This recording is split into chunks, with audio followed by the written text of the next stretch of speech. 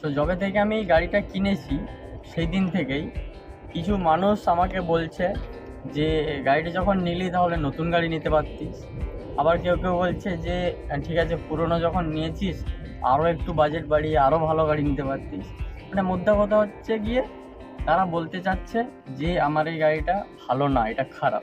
ঠিক আছে, মেনে নিলাম, হয়তো খারাপ, কিন্তু এটাও তো দেখা দরকার যে আমার কাছে টাকা পয়সা আছে কি না, আমার বাজেট কি আছে।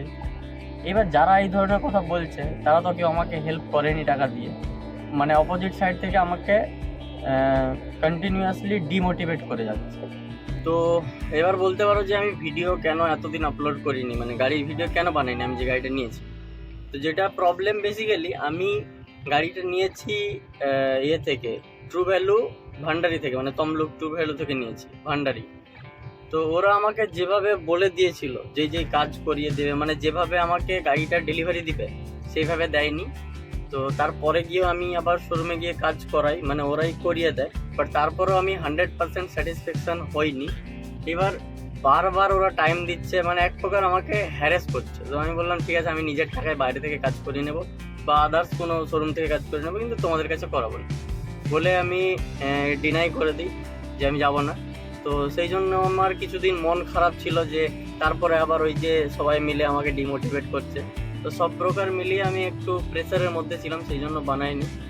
তো ফাইনালি এটা মানে আমি নিজে অফিসিয়াল ডিক্লেয়ার করছি যে আমি একটা মারুতি সুজুকি ইকো গাড়ি কিনেছি।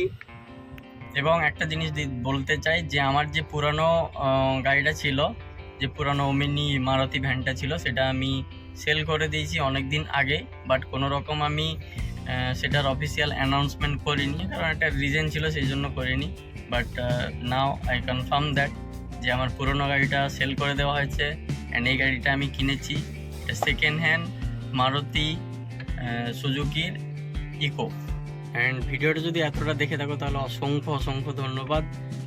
চেষ্টা করবো আমি এরকমই মানে গাড়ি রিলেটেড ভিডিও বানানোর, প্লাস আমার যদি কিছু লাইফে দেখানোর মতো থাকে, আমার মনে হয় যেগুলো দেখানো পসিবল অবশ্যই আমি দেখাবো, চেষ্টা করব।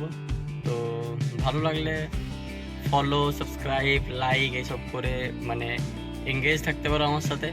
আদারওয়াইজ ভালো না লাগলে অবশ্যই দূরে দূরে থাকতে পারো। Thank you so much. দেখা হবে নতুন কোনো ভিডিওতে, ততক্ষণের জন্য সুস্থ থেকো, সাথে থেকো। জয় হিন্দ, জয় ভারত।